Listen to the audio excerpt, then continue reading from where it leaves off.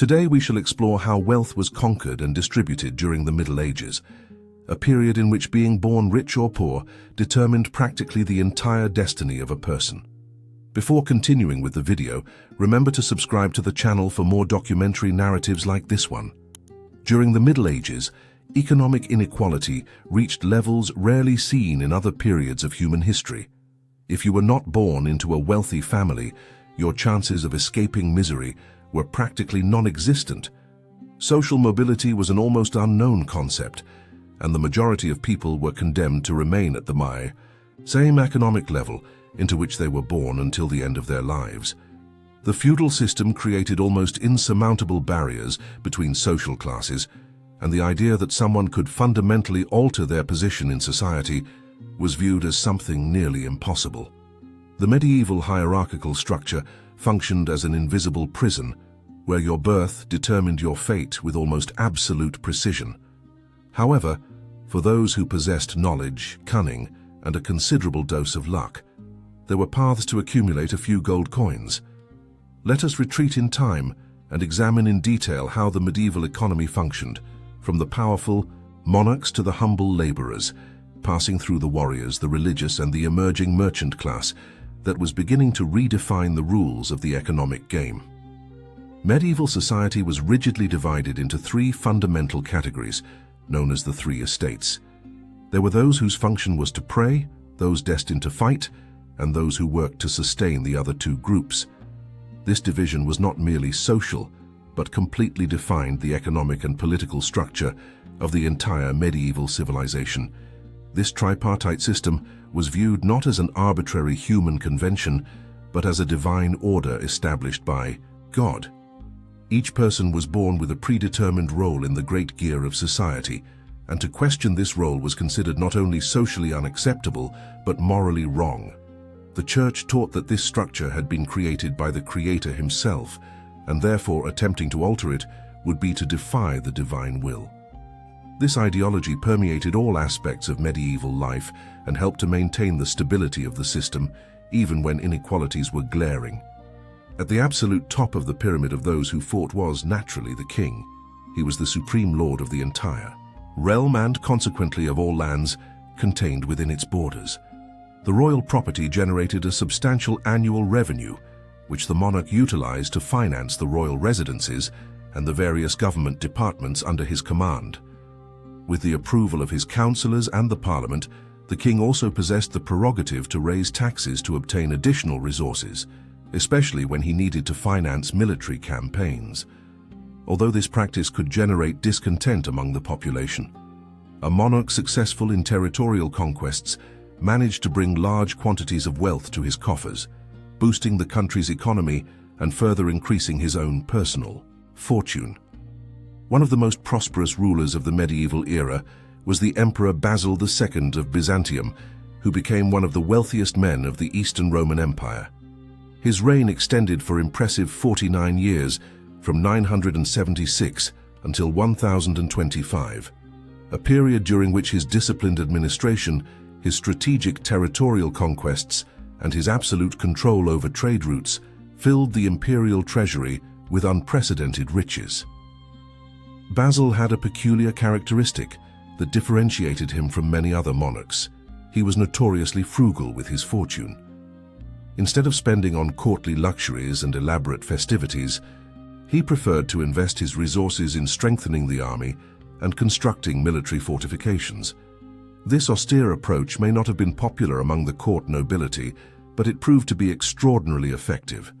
When he finally passed away at the conclusion of his long reign, Basil had accumulated a financial surplus so voluminous that the empire remained economically stable for decades after his death.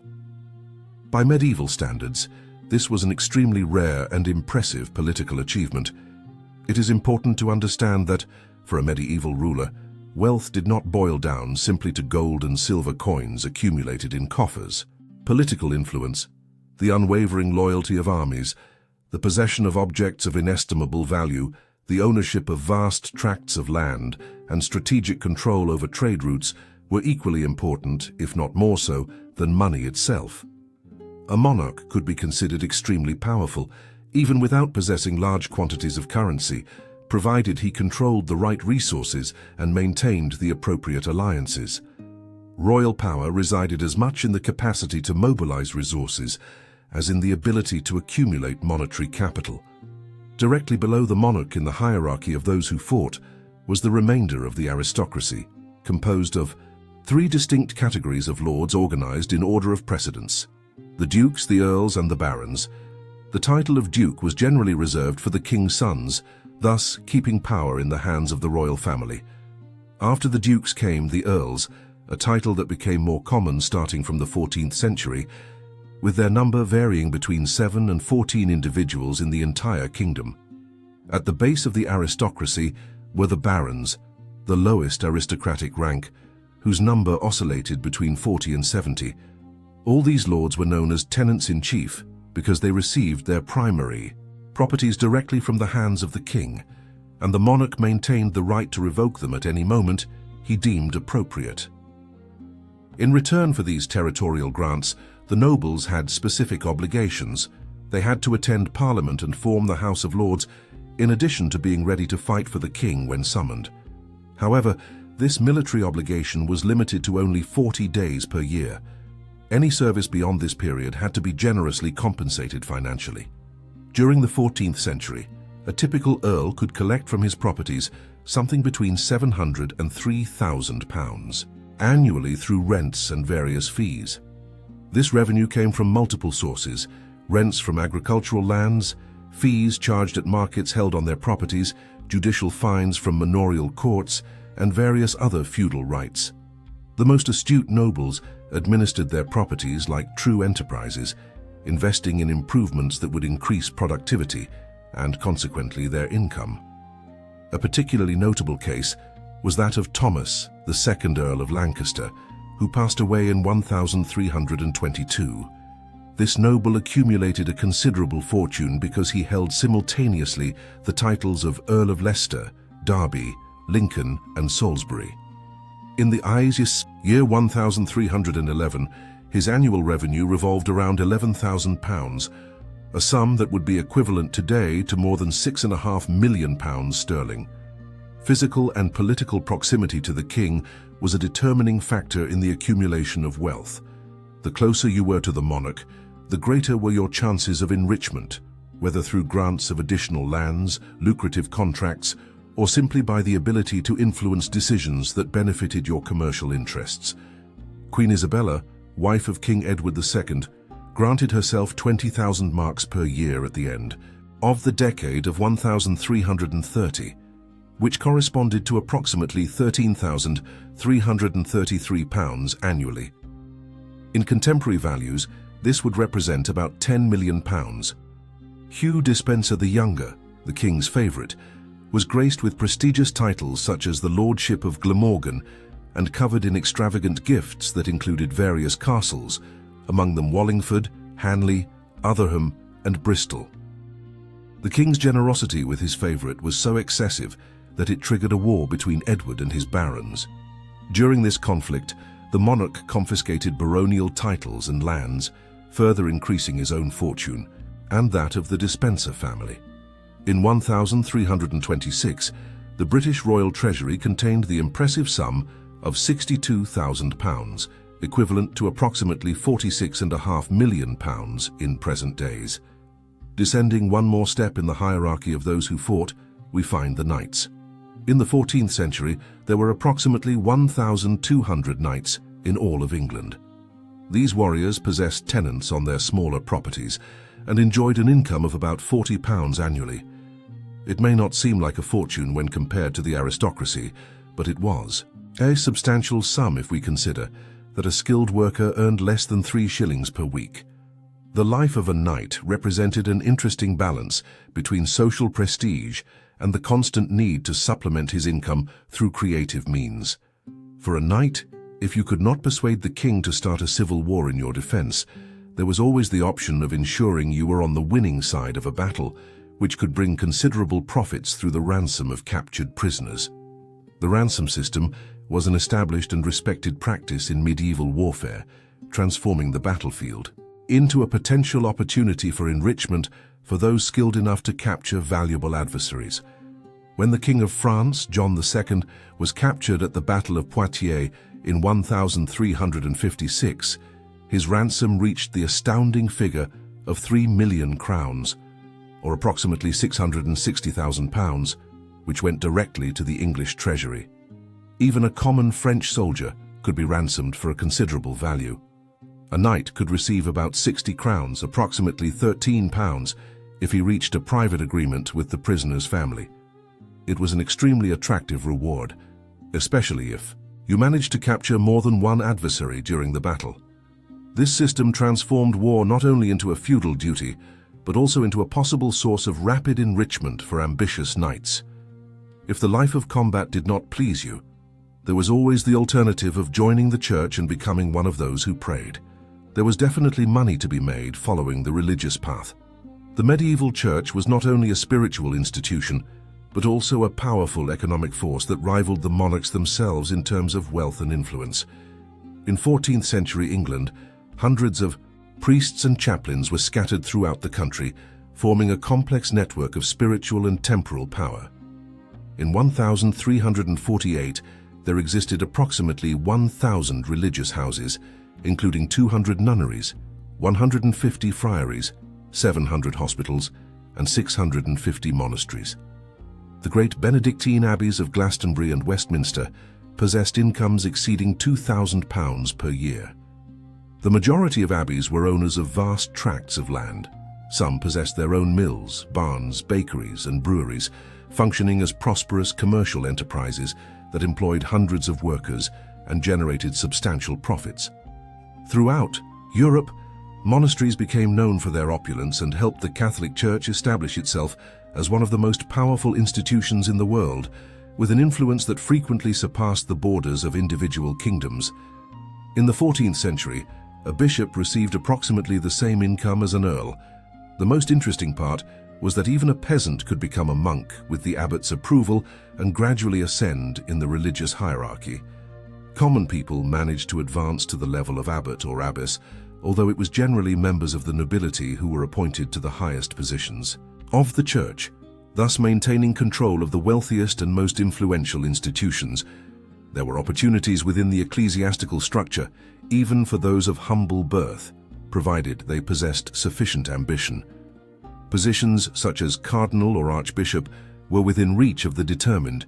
Despite being an illegitimate son, John Stafford managed to become Archbishop of Canterbury in 1443. Thomas Wolsey was initially appointed Archbishop of York in 1514, and just a year later was elevated to cardinal by Pope Leo X, which granted him precedence over all the English clergy. All this despite being notoriously known as a butcher's son. When he became Lord Chancellor to King Henry VIII, Wolsey had accumulated enough wealth to spend 200,000 crowns, equivalent to approximately £25 million today, on the renovation of Hampton Court Palace. Not bad for the son of a meat merchant. It becomes evident that those who prayed could easily earn as much as those who fought, and sometimes even more. We arrive now at those who worked, and this does not sound particularly promising, especially when we discover that social mobility in the Middle Ages was practically non-existent. People tended to remain trapped at the socio-economic level into which they were born. However, there was a way to improve one's living conditions, moving to another region where prospects were better. If your father was a peasant and you remained at home, it was extremely likely that you would also become a peasant farmer, working the land throughout your existence and remaining in poverty. However, if you possessed skills in some craft and managed to sell your products, you could earn a decent amount of money, perhaps enough to buy a little more land. With hard work, natural talent, and of course a considerable dose of luck, who knows, you could become a prosperous landowner in a few years. Perhaps if you moved to the largest city or nearest town, you would manage to find better paid work.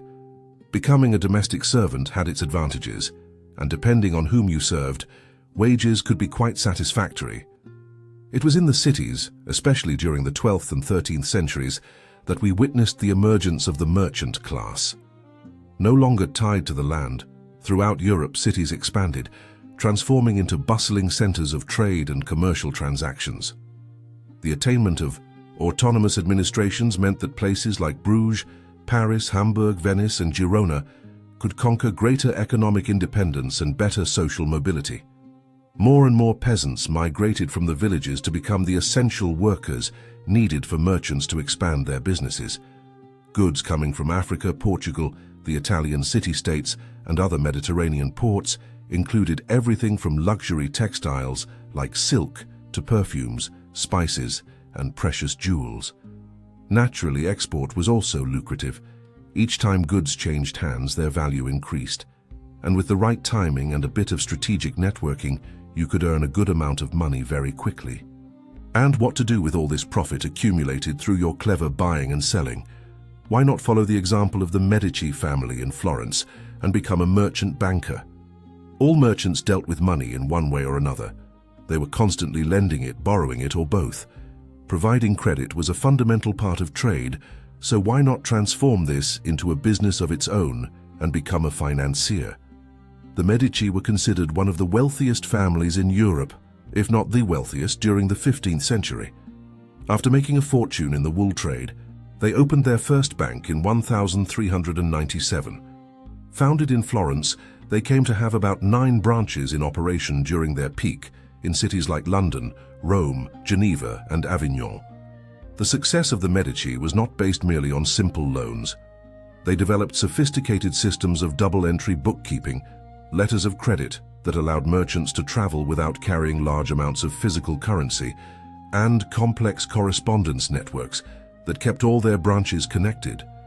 Giovanni di Bici de' Medici, the founder of the bank, established prudent management principles that allowed the family to prosper where other bankers failed. They diversified their risks, never lending too much to a single client, and maintained adequate reserves.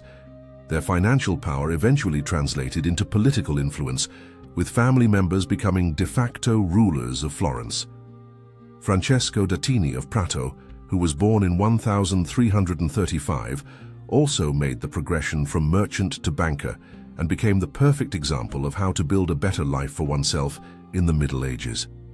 He began as an apprentice to a Florentine merchant. Then he joined a group of merchants traveling to Avignon in 1358, which at the time was the papal seat and had transformed into a prosperous city. Once there, Francesco established a business as an arms dealer during the 100 Years' War, which proved to be quite lucrative. Subsequently, he traded anything that was profitable: art, fabrics, jewels, wool, spices, metals, wheat. Datini was meticulous in his records, maintaining detailed documentation of all his transactions. Thousands of his business letters and account books have survived to this day, providing historians with an unparalleled window into the world of medieval commerce. He used the motto, "In the name of God," and gave profit at the top of his account books, perfectly encapsulating the medieval merchant mentality that viewed success in business as compatible with religious piety. After having made his fortune, he returned to Florence and opened a bank, later expanding with additional branches in Barcelona, Valencia, Majorca, Pisa, and Genoa. At the height of his operations, Datini employed hundreds of people, and his trade networks extended from England to North Africa. But pay attention, dear listener. If you decide to follow this path as a way to earn medieval money, never lend excessive amounts to a single person, especially if that person is a monarch. The Crusades had enriched the Templars immensely. All new recruits had to hand over their possessions upon joining the order, and as a favored charitable institution, they soon grew in wealth and power. The Knights Templar had begun as a religious military order intended to protect pilgrims in the Holy Land, but quickly transformed into a financial powerhouse. They developed one of Europe's first international banking networks, with Templar houses scattered throughout the continent, functioning as bank branches. During the reign of King Philip II, the order was so trusted that it administered the French royal treasury. By the decade of 1240, the Templars were providing financial banking services and had founded operations for currency exchange and monetary transfers. However, the debts owed to them by various monarchs were considerable. And when they refused to allow the future King Philip IV to become a Templar member, the fate of the order was sealed. Anxious to rid himself of his own debts and seize the Templar wealth with the help of Pope Clement V, Philip ordered the arrest, torture, and execution of dozens of French members of the Templars under charges of heresy. On the morning of Friday, the 13th of October of 1307, the king's officers simultaneously arrested Templars throughout France. Under torture, many confessed to bizarre and improbable crimes. The Grand Master of the Order, Jacques de Molay, was burned at the stake in 1314. The dissolution of the Templars served as a grim warning to other creditors. Lending too much to the powerful could be fatal, no matter how holy your institution was. And if all else fails, why not do what Mansa Musa did and find some gold mines for yourself? Musa was the ruler of the Mali Empire in the 14th century.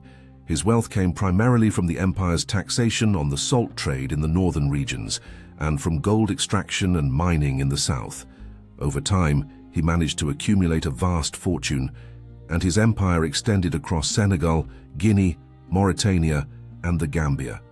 Mali controlled almost half of the known gold of the world at the time, making Mansa Musa likely the richest man who ever existed when adjusted for the global economy of his time. On a pilgrimage to Mecca, in 1324, he spent some time in Cairo during the journey. His caravan was spectacular.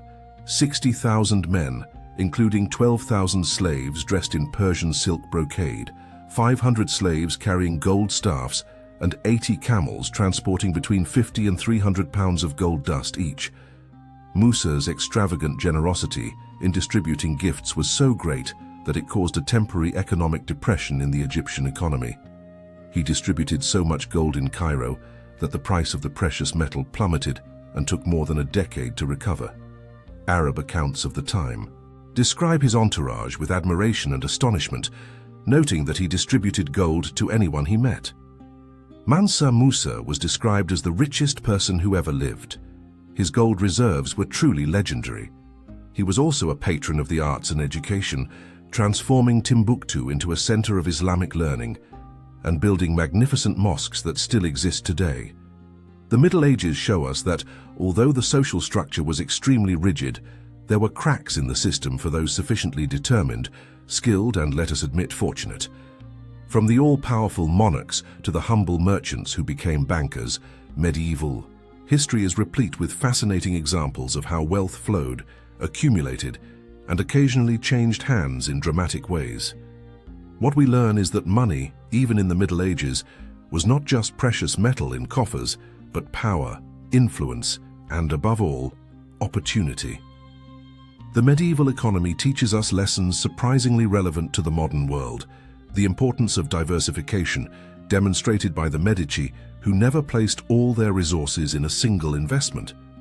The value of networks and connections, exemplified by Francesco Dattini and his extensive commercial correspondence.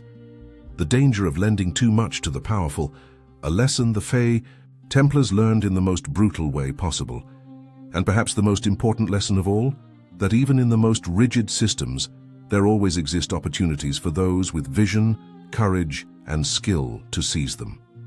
The merchant class that emerged in medieval cities would eventually transform Europe, establishing the foundations of modern capitalism and creating a new form of social mobility based not on birth, but on merit and entrepreneurial initiative. If this journey through the intricate economic webs of the Middle Ages has awakened your curiosity, do not fail to subscribe to our channel to continue exploring the mysteries and wonders of history. Leave your comment sharing which aspect of medieval life you would like to know in our next episodes, and do not forget to like this video so that we can continue bringing historical narratives that illuminate our past and help us better understand our present. Until the next expedition through time,